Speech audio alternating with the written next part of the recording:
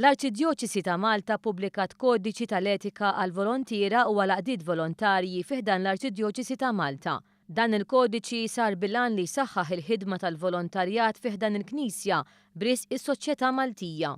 Tkellimna ma' Dun Anton Guder, wieħed mill-persuni li ħadmu fuq it-tfassil ta' dan id-dokument.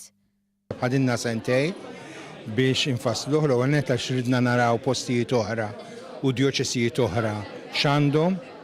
Fil-verità ma sibniex wisq u ħafna mill-bażi tal-li ħadna f'dan id-dokument ħadnieh minn organizzazzjonijiet ċivili barra minn Malta u anke xuħud hawn Malta. L-Uffiċċju tal-Volontarjat tal-Knisja ta' Malta twaqqaf sentejn ilu mill-Arċisqof Emeritu Pawlu Cremona u issa beda jidher il-frott ta' din il-ħidma. Aħna li ridna hija li jkollna kodiċi jiġifieri ġabra flimkien ta' good practice jew aħjar ta' best practice kemm min-naħa tal-volontier u anke min-naħa tal-organizzazzjoni.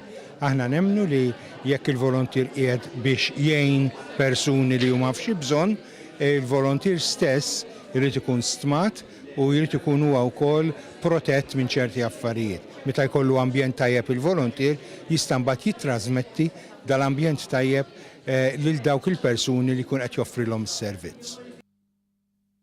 Id-direttur tal-Uffiċċju Doċesan tal-Volontarjat Tony McAuliffe qal li saret konsultazzjoni wiesa mal-entitajiet tal-volontarjat fisser kif il-kodiċi jinkludi kemm drittijiet kif ukoll dmirijiet. Għamilnieh għaliex ħassejna l-bżonn li fi żminijiet tal-lum minkejja li l-istorja tal-volontarjat fil-Knisja hija twila ħafna, rridu naġġornaw ruħna u anka indaħlu element ta' aktar trasparenza u anka akkontabilità kemm fl-entitajiet u anka fil-volontiera il-numru kbir ta' volontiera li jaħdmu fl-Arċidjoċesi tagħna.